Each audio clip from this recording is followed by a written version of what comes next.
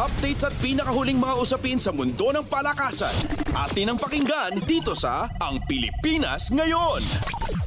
Nagsilbing flag bearers ng Pilipinas sina Carlos Yulo at Ira Villegas sa pagtatapos ng 2024 Paris Olympics. Nagbigay si Yulo ng 2 gintong medalya para sa Pilipinas pagkaraang manalo sa vault at floor exercise sa men's artistic gymnastics, habang ang bagong salang sa Olympics na si Villegas naman ay nakopo ang bronze medal sa women's 50 kg division ng boxing.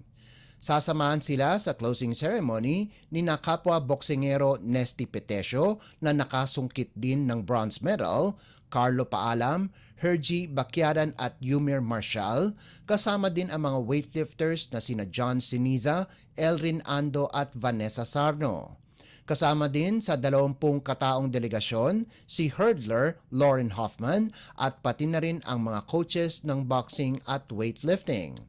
Salamat kay Yulo, napaganda ng Pilipinas ang kanilang performance mula sa Tokyo Games noong 2021 kung saan nakakuha ang Pilipinas ng 4 na medalya, 1 ginto mula kay Heidelin Diaz, 2 silver medal mula kay Petesio at Paalam at 1 bronze mula kay Marshall.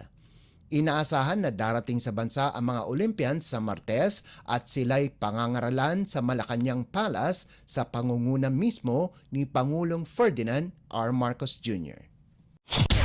Updates at pinakahuling mga usapin sa mundo ng palakasan. Atin ang pakinggan dito sa Ang Pilipinas Ngayon. Sabik ng sumalang si dating NBA slam dunk champion na si Glenn Robinson III sa inaabangang 2024 PBA Governors Cup na lalarga sa Agosto 18 sa Smart Araneta Coliseum. Inaasahan na isa si Robinson sa mga imports na yayanig sa mga PBA fans kung saan magsisilbi itong import ng Magnolia Hotshots.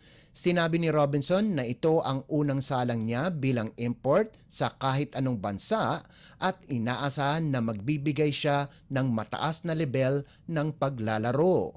Produkto ng University of Michigan si Robinson III na pinili ng Minnesota Timberwolves bilang number 40 pick noong 2024 o 2014 NBA draft bago maglaro rin para sa koponan ng Philadelphia 76ers, Indiana Pacers, Detroit Pistons, Golden State Warriors at Sacramento Kings.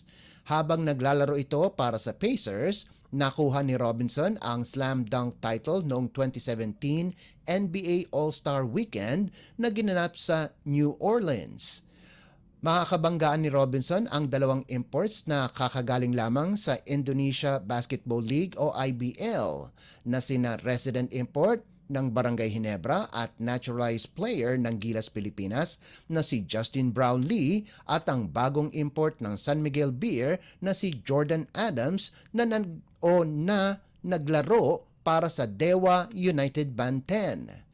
Sa pangunguna ni Adams ay trinangkuhan nito ang Dewa sa IBL Elimination Rounds bago masilat sa semifinals ng Satria Muda na tinalo naman ni Brownlee at ng Pelita Jaya sa finals.